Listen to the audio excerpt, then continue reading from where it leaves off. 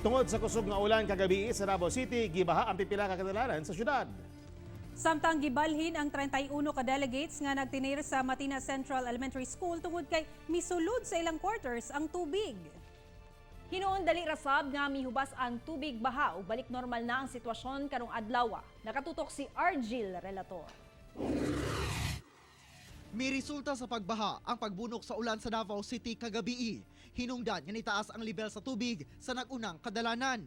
Sa downtown area, makita sa kuha sa CCTV monitoring sa Public Safety and Security Command Center alas 7:11 sa gabi sa JP Laurel Avenue corner Caballo Street.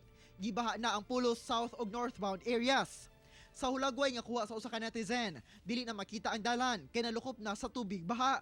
Samtang sa Piapi Boulevard, makita ang rescue sa mga residente ang usa ka tricycle nga nitirik tungod sa kataas sa baha sa dalan. Apan ang pipila ka kabataan nalingaw hinoon sa pagtusmaw sa tubig baha. Sa bahada area, makita ang kataas na sa baha sa dalan. Naginahinay ang ubang sakyanan sa pag-agi. Gani dunay nibalik aron dili motirik ang ilang sakyanan. Sa report gikan sa City Disaster Risk Reduction Management Council, 5 ka street flooding ang ilang na monitor. 31 ka mga student athletes sa Region 3 nga naa nagtiner sa Matina Central Elementary School nga gigamit isip breathing quarter ang gipabalhin sa elevated nga classrooms. Human gibaha sa kusog sa ulan kagabi, paspas ka nabalik sa normal ang sitwasyon sa duha ka kwarto nga gibahaan sa maong eskwelahan.